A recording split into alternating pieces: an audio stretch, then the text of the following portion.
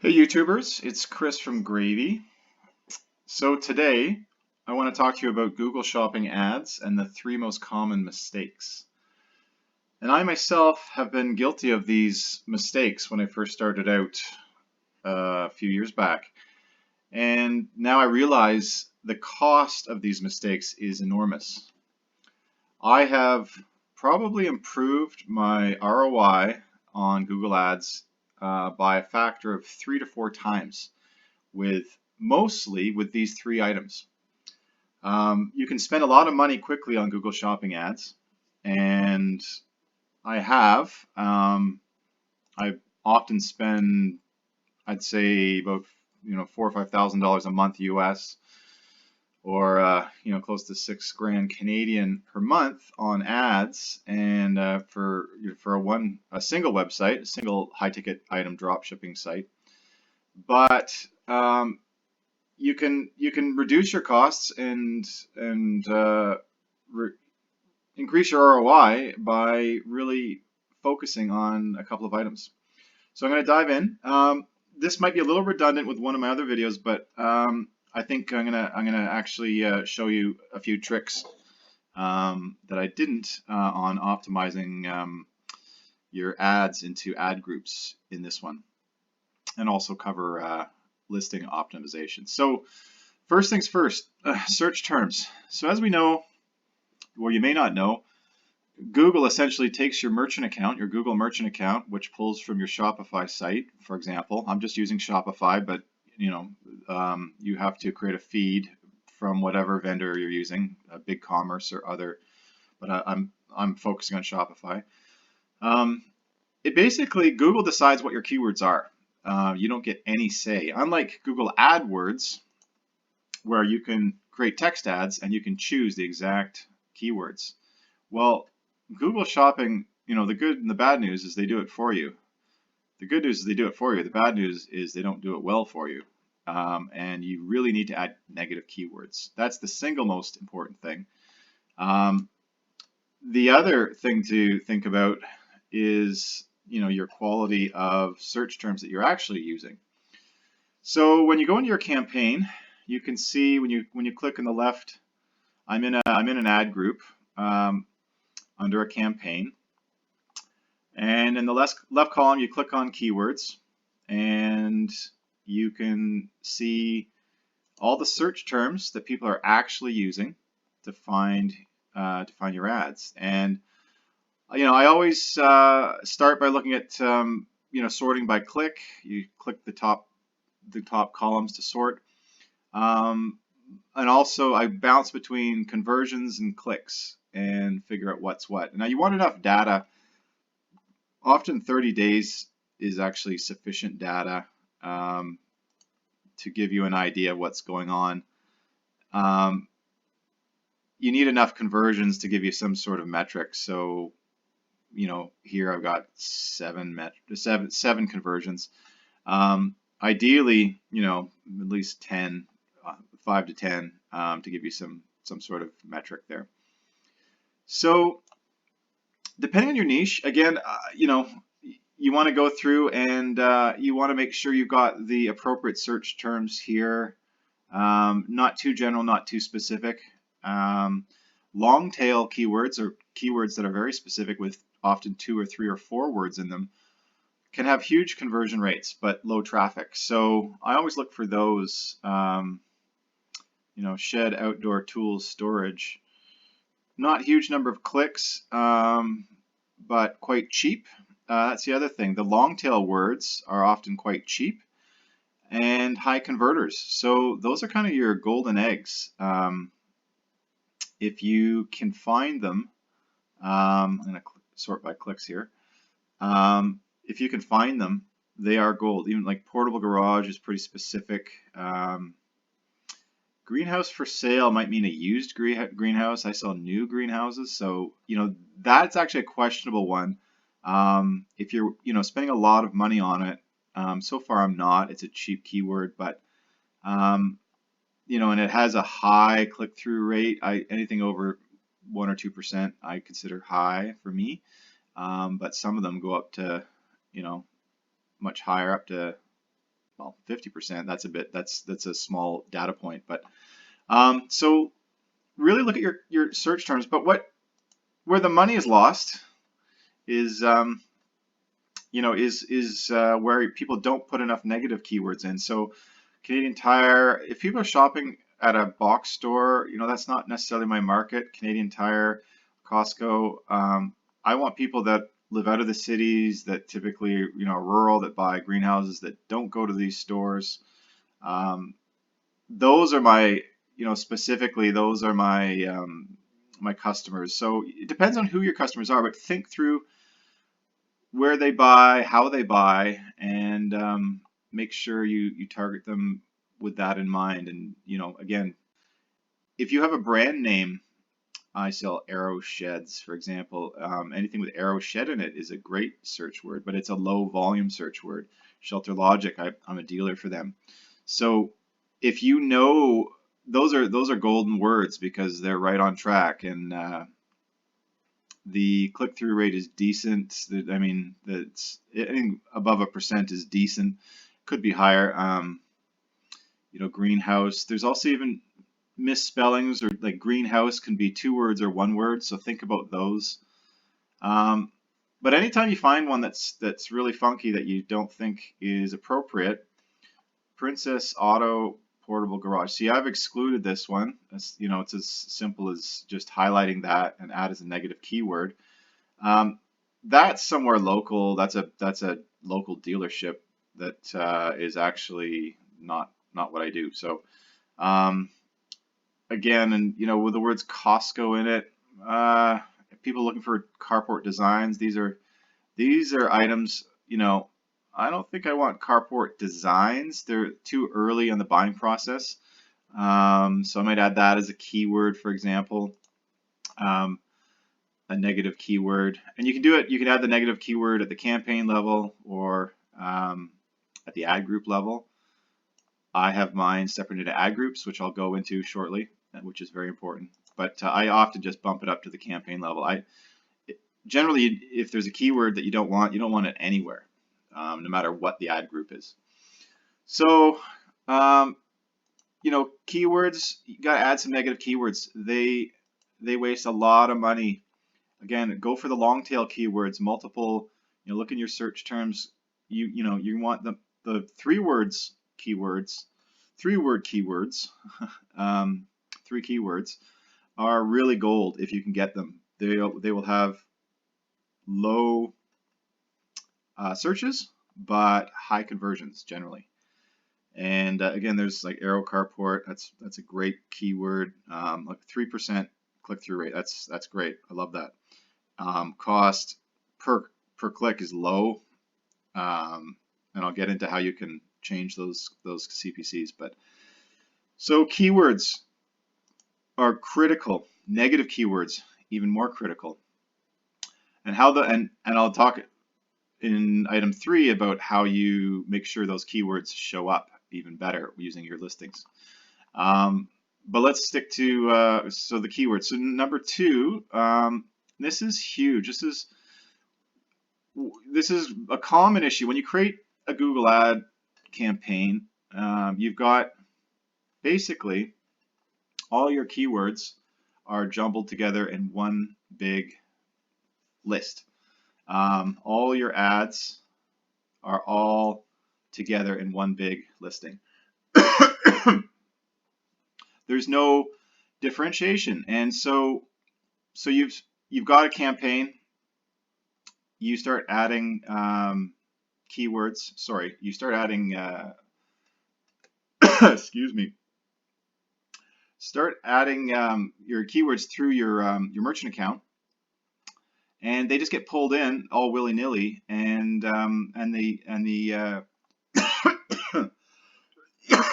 excuse me, the bid level is assigned for you, so you get an average cost per click of at the campaign level. Under settings, you can see there's an area to set your budget per day, but here you also set your average cost per click for your entire campaign,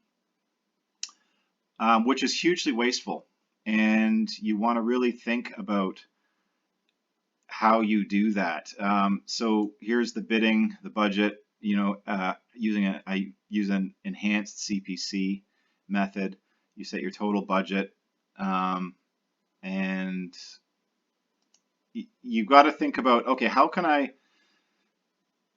I change my cost per click by product?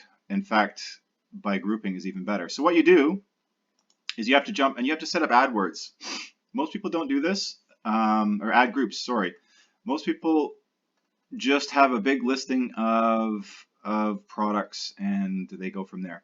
So for example, here are my top 4 ad groups that I've set up, and each one has a different default maximum cost per click rate, depending on the profitability of those items. My most expensive items, I can have a higher cost per click. But here's the science behind it. So you've got some great metrics on, and you should always add some columns here. There's a column, you can modify the columns. Make sure you've got your cost per conversion, your conversion rate. This is also your absolute impression share and click share. So of all the available impressions, I'm only buying in this segment like less than 10% of them. But greenhouses, I've got about a third of them. Clicks, I've got half the greenhouse clicks. So I've been testing some things here, so I've got some room to grow and add some clicks. But I've already set up ad groups here, and I'll show you how effective they are. But one of the most valuable things, once you set up an ad group, you look at this benchmark maximum cost per click. So this basically tells you what are the competitors doing within this group of products, and the maximum cost per click here is 88 cents. This is really valuable when you're trying to compete with other people and you're setting a maximum cost per click. If you've got it down at 10 or 20 cents, there's no way you're going to compete with people spending 80 or 90 cents. So you've got to be there. So how do you divide up your campaigns? And I'll go into this US campaign here. Again, I'm doing some testing in this account, but you start by hitting the big plus sign and adding an ad group. So I've done one for carports, for example. I can do one here for greenhouses. And so you select the type of ad group. This is just a single product ad group, but you can also do multi-product ads. And I'll just add greenhouses. And for now, I'm just going to guess at a cost per click rate of 50 cents, but I'm not actually sure what this should be. That's where you see that benchmark cost per click that I just showed you. And you go back and have a look at that. It's a bit of a catch-22. You need some data, and you might have to start running your ads at what you think is a fair cost per click, and then go back and look at this benchmark maximum cost per click. Super valuable. Now, right now, you've got a maximum cost per click of 50 cents, and you're back to all products. And if you hover over this, you'll see, oh, well, there's 47, 48 products here, but I just want greenhouses. So you add a subdivision, click this plus sign, and this is where you start dividing up your products, and you create little sub-segments of products for each ad group. So select item ID, and this is where you can actually go to the specific product level. And basically I would go down here and I would find all the greenhouse related items. Now for me, here's another thing. I only add the product themselves. I don't add accessories. You should have an upsell app to sell accessories. And frankly, I wouldn't personally, I've tried this and tested this. I waste a lot of money on promoting accessory products. But I've learned that the money is in the main product, and the accessories, it's small dollars. So I had people buying just the accessory and not buying the main product. Well, there's a good chance they're going to buy an accessory with an upsell if you do an upsell properly. And I recommend some Shopify apps that include, just type in upsell in the Shopify app store. Do it with an app, but don't sell the accessories here. That's my advice and what I've tested. So you would go down and you'd figure out, okay, what's what's where are the greenhouses here? You'd go down until you found one that would fit the ad group. And so I'm just gonna, this is actually a gazebo, but just for the sake of argument, I'm just gonna show you how this would work. So then you add, okay, I've got this product within this ad group under greenhouse. It's actually a gazebo, but you get the idea. And here, this is where you can customize your cost per click by product, as well as by ad group. So then you would save it here, and now you've got this subdivision under greenhouses. So you note that you're in greenhouses now. You're in your campaign name and then your greenhouses product group. But note that, okay, well, so now I've got my one product here, which is the gazebo, but now it says everything else, and this confused me. I find generally this is a very confusing interface, and it's hard to get this right the first time. But here you've got all the other products, and there's 47 left, and I've got 48 total, and this is the one. What you have to do is then within this product group, you've got to exclude all other products. So all you have is, and I'm assuming you'd add a number of greenhouses here, but again, for the sake of demonstration, I just did one product. So you'd have like 3 or 4 greenhouses here, and everything else, all the other products are disabled. And then that is how you isolate just those products that fit within that product group, and you are able to then modify the cost per click. So hope that makes sense. Don't get confused with, there are campaign level reports where you go into campaign level, and there are ad groups within the campaign.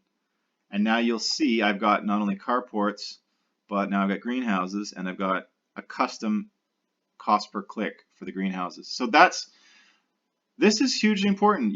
Not all products are made equal, and the profitability on greenhouses is very different than carports, and the way you manage them should be different, and so the cost per click should be different. Your conversion rate and your cost per sale for advertising will be different.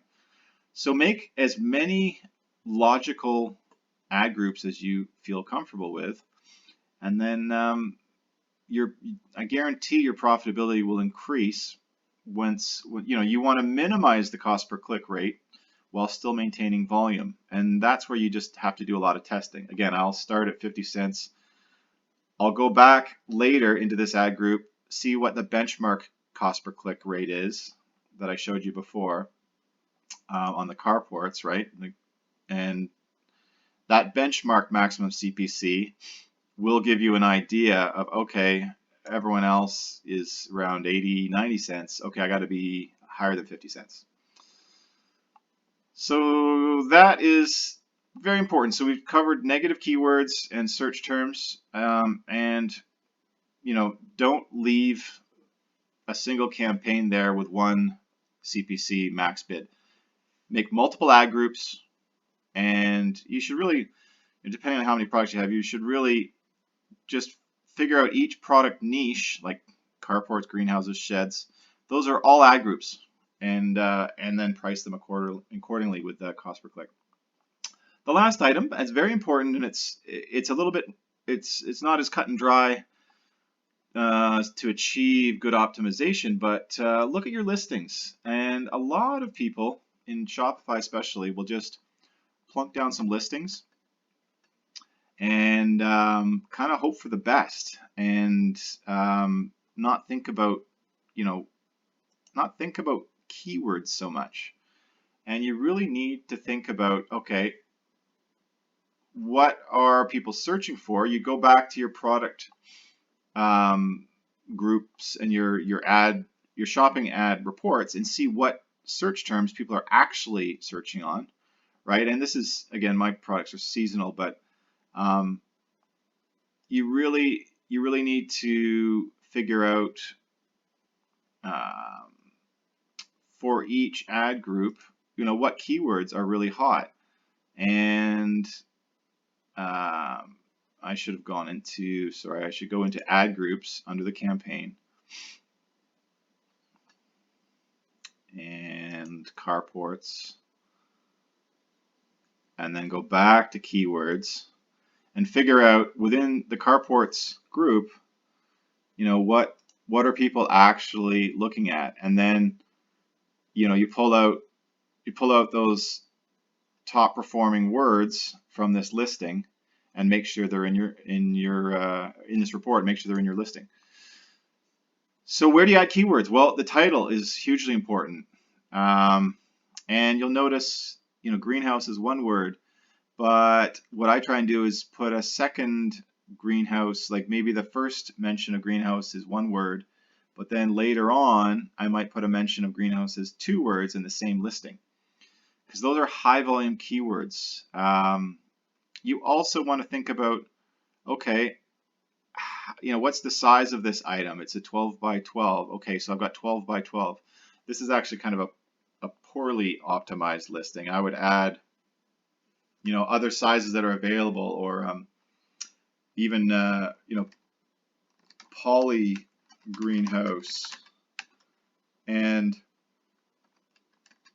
greenhouse as 2 words, not just one. And you just think about everything. Polycarbonate is there. DIY greenhouse, one word. DIY greenhouse, 3 words there. And make sure that you've got every single possible combination of keywords you can think of, so people can find you. And then you'll be able to sort the importance of those keywords later and optimize them, as I just showed you. So not only does the title matter, but even for this one, like this is a 12 by 12 greenhouse. I might put that Americana greenhouse 12 by 12. It's amazing how many people just search with an X, like 12 by 12. I put that in the title, so just per chance someone's looking for a 12 by 12, this might get picked up by Google Shopping ads, and boom, you've got highly qualified products and high conversion rates. So hope that helps, and do let me know if there's any questions in the comments, and I will keep pumping out videos. Thanks for your time.